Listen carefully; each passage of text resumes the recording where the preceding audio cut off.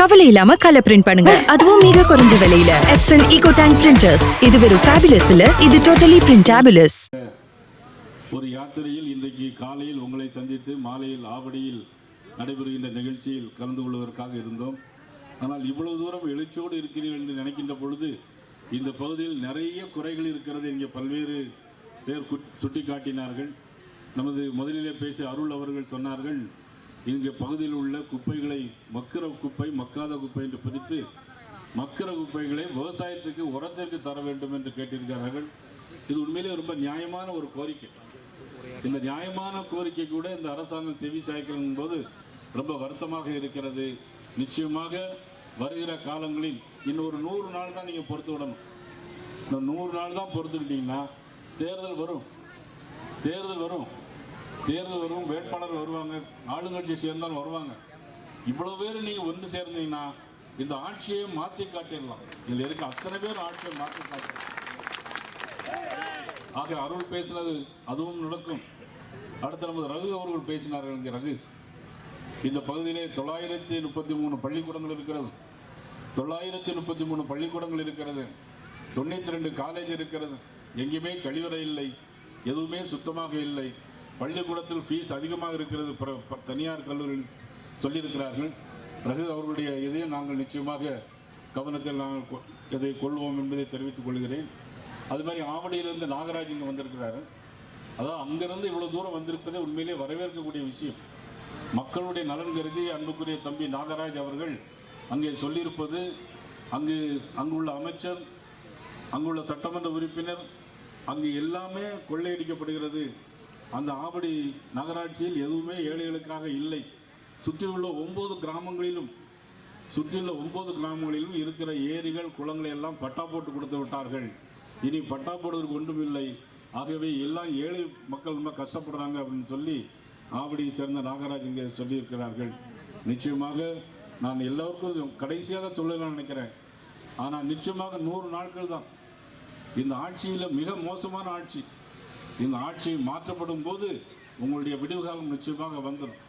அது மாதிரி நமது லிங்கமூர்த்தி அவர்கள் திருத்தணி கோயிலில் நிறைய கழிவறைகள் வேணும், நிறைய சுத்தமாக இல்லை, விவசாயிகளுக்கு எங்களுக்கு தேவையான உதவிகள் இல்லை அப்படின்னு லிங்கமூர்த்தி சொல்லியிருக்காங்க. விவசாயத்திற்காக நிறைய திட்டங்களை ஒதுக்கியிருக்கிறோம் என்று சொல்லக்கூடிய இந்த அரசு ஒரு திட்டம் கூட விவசாயிகளுக்காக செய்யலை. ஆனால் பாரத பிரதமர் நரேந்திர மோடி அவர்கள் விவசாயிகளுக்காக ஆண்டொன்றுக்கு 6000 ரூபாய் வீதம் கொடுக்குறாங்க.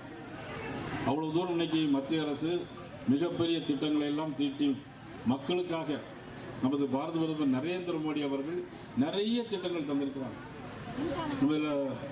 நமது ஜோதி மாற்றுத்திறனாளிகள், நம்ம SS ஜோதி அதிமுகவை சேர்ந்த ஜோதி அவர்கள் பேசும்போது, அவர்கள் மாற்றுத்திறனாளிகளுக்கு நிறைய திட்டங்கள் வேண்டும், ஆயுஷ்மான் பாரத் திட்டம் வேண்டும். எங்களுக்கு ஆந்திர மாநிலத்தில் கொடுப்பது 60%, 70% இருக்கக்கூடிய அந்த மாற்றுத்திறனாளிகளுக்கு அங்கே 5000 ரூபாய் கொடுக்கிறார்கள். ஆனால் இங்கே 1200 ரூபா தான் கொடுக்குறாங்கங்கிற விஷயத்தை சொல்லியிருக்கிறாங்க. நீங்கள் நம்ம தேசிய ஜனநாயக கூட்டணியில் இருக்கிறோம். இந்த மக்களுடைய சாட்சியாக சொல்கிறேன், ஆட்சி மாற்றம் ஏற்பட்ட பிறகு முதல் வேலை இந்த மாற்றுத்திறனாளிகளுக்கு 60%, 70% இருக்கக்கூடியவர்களுக்கு நிச்சயமாக நாங்கள் 5000 ரூபாய் பெற்று தருவோம் என்பதை இந்த நேரத்தில் தெரிவித்துக் கொண்டு, நமது பாசுமணி ஊசியெல்லாம் விற்போம் இங்க, ஆனா காசுக்காக மானத்தையே விற்க மாட்டோம். ஊர் விட்டு ஊர் மாறி போவோம் அங்க, ஆனா எங்க கொள்கையில என்னாலும் மாற மாட்டோம் சொல்லி நம்ம நரிக்குறவர் சமுதாயத்தை எனக்கு நன்றாக தெரியும். என்னுடைய திருநெல்வேலி தொகுதியில, என்னுடைய தொகுதியிலே 500 பேர் இருக்காங்க. 500 பேரும் நான் ரெட்டையில நிற்கும் போது ரெட்டையில ஓட்டு போட்டாங்க. இப்ப தாமரை நிற்கும் போது தாமரைக்கு தான் ஓட்டு போட்டுட்டு இருக்கிறாங்க. அதனால நரிக்குறவர் சமுதாயத்திற்கு இந்த நயினார் நாகேந்திரன் சொல்றேன், உங்களுக்கு இந்த பகுதி மட்டுமல்ல, தமிழ்நாடு முழுவதும் இருக்கக்கூடிய நரிக்குறவர் சமுதாயத்திற்கு நிச்சயமாக உங்களுக்கு தேவையான அனைத்து உதவிகளையும் கண்டிப்பாக நீங்கள் செய்து தருவோம் என்பதை, மத்திய அரசுடைய திட்டங்கள் அனைத்தையும் உங்களுக்கு நாங்கள் கண்டிப்பாக செய்து தருவோம். அது மாதிரி மிக முக்கியமான பிரச்சனை நமது கணேசன் பேசினாங்க. அதாவது அடுத்த வேலூர் மாவட்டத்தில் ஒரு கூலி ஆனால் நமது மாவட்டத்தில் ஒரு கூலி ஆண்டுதோறும் கூலி பற்றி பேச வேண்டியிருக்கு. நிரந்தரமாக கூலி வேண்டும். திருப்பூர் மாவட்டத்தில் விசைத்தறியாளர்களுக்கு அங்கே பார்த்தீங்கன்னா முந்தியெல்லாம் 2 லட்சம் பேர் இருந்தாங்க விசைத்தறியாளர். இப்போ 1 லட்சம் பேர் தான் இருக்கிறாங்க. காரணம் விசைத்தறி இன்னைக்கு அவங்களுக்கு கரண்ட் செலவு அதிகமாக இருக்கு. அது கரண்ட் செலவு மானியம் இன்னைக்கு கொடுக்கல. ஆனாலும் அதே மாதிரி நீங்கள் சங்கரங்கோயில் எங்கள் ஊர் பக்கத்தில் பார்த்தீங்கன்னா சங்கரங்கோயில் அம்பாசமுத்திரம் உள்ள எல்லாமே விசைத்தறியாளர் மிக ஒரு மோசமான சூழ்நிலையில் போயிட்டு இருக்கிறார். ஆக தயவு செய்து இந்த 100 நாட்களும் கொஞ்சம் விரதம் இருப்பது போல் நீங்கள் விரதம் இருந்து கொஞ்சம் பொறுத்துக்கிடுங்க. ஆட்சி மாற்றம் ஏற்பட்ட பிறகு இதே புளியந்தோப்பு பகுதிக்கு கிரண் அண்ணன் சக்கரவர்த்தி அஸ்வின் எல்லாரையும் கூட்டிட்டு உங்களுக்கு தேவையான உதவியை எந்த ஊருக்கு போறோம் இல்லையோ இந்த ஊருக்கு உங்கள் அனைவருடைய கேள்விகளுக்கு நான் பதில் சொல்லுவேன், செய்து தருவேன் என்பதை நேரத்தில்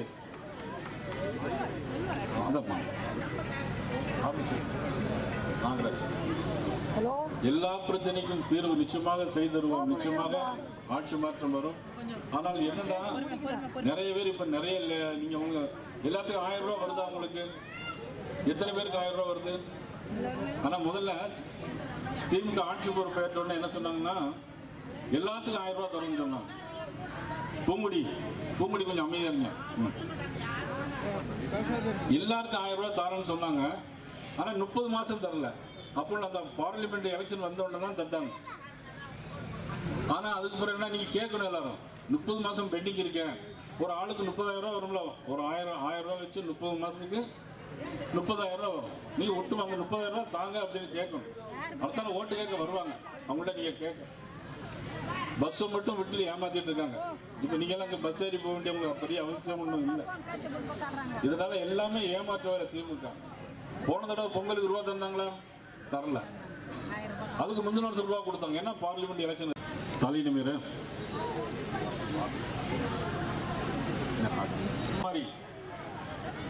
குமாரி இருந்தாங்க. குமாரி துப்புரவு பணியாளர்னு சொன்னாங்க. ஆனா என்ன இந்த அரசாங்கம் வந்த உடனே எல்லாரும் வேலையை நிரந்தரமாக்கணும்னு சொன்னாங்க. ஆனா என்ன போராட்டம் நடத்தி எல்லாரையும் அரெஸ்ட் பண்ணி கைது பண்ணி வீட்டில் போட்டதெல்லாம் தெரியும் துப்புரவு பணியாளர்களுக்கு.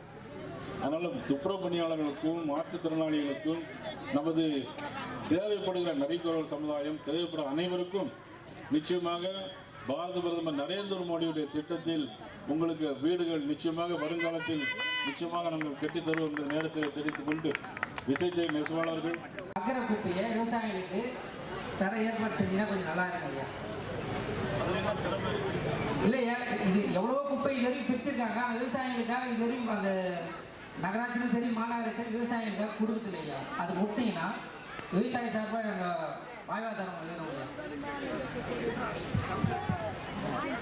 மக்கும் குப்பை தான் ஐயா, மக்கும் குப்பை தான் மாநகராட்சி சார்பாக கலெக்ட் பண்ணுறாங்க குப்பையை. மக்கிற குப்பையை விவசாயிகளுக்கு தந்தீங்கன்னா விவசாயிகளுக்கு கொஞ்சம் யூஸ்ஃபுல்லாக இருக்கும். அதான் இப்போ நம்ம நகராட்சி எங்களுக்கு 35 வருஷம் ஆகுது சார். எங்களுக்கு சொல்லி ஒரு ஊடி இல்லை, ஒரு வாசல் இல்லை சார். இவ்வளோ கொடுத்தாங்க பெரிய இதுக்கு பேரு நம்ம பேர் கேட்கிறார் தலைவர் பூங்கொடி சார். அந்த எம்ஜிஆர் நகரத்துல இருந்து ஒரு காவா இல்லை, ஒரு தண்ணி இல்லை, ஒரு வீடு வசதி இல்லை. எங்களுக்கு போறதுக்கு வர்றதுக்கு கூட ஒரு வழி இல்லை சார். போனா கூட வர்றவங்களோட காவா தண்ணி விடுறாங்க. அது சொன்னா கூட அந்த காவா தண்ணி அப்படிதான் வரும்.